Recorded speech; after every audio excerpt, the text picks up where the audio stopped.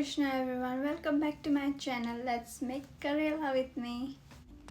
Today I'm going to share a recipe that's close to my heart, karelaaloo, a dish I actually never used to like. Growing up is a thing. Like, I wasn't fan of any veggies. I used to avoid all the vegetables except spinach and potatoes. They are my favorite.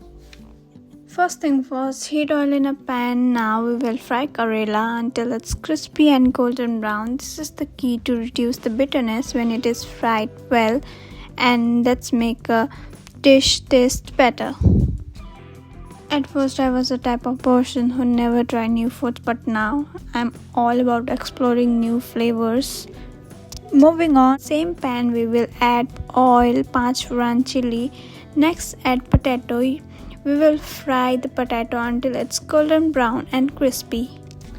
Now add your already fried karela back in the pan and let's bring in the spices like salt, turmeric, cumin, coriander. Mix it all together well and let it fry for a minute until everything is cooked.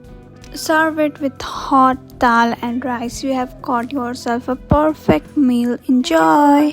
And if you like the recipe, please like, share and subscribe, and have a great day.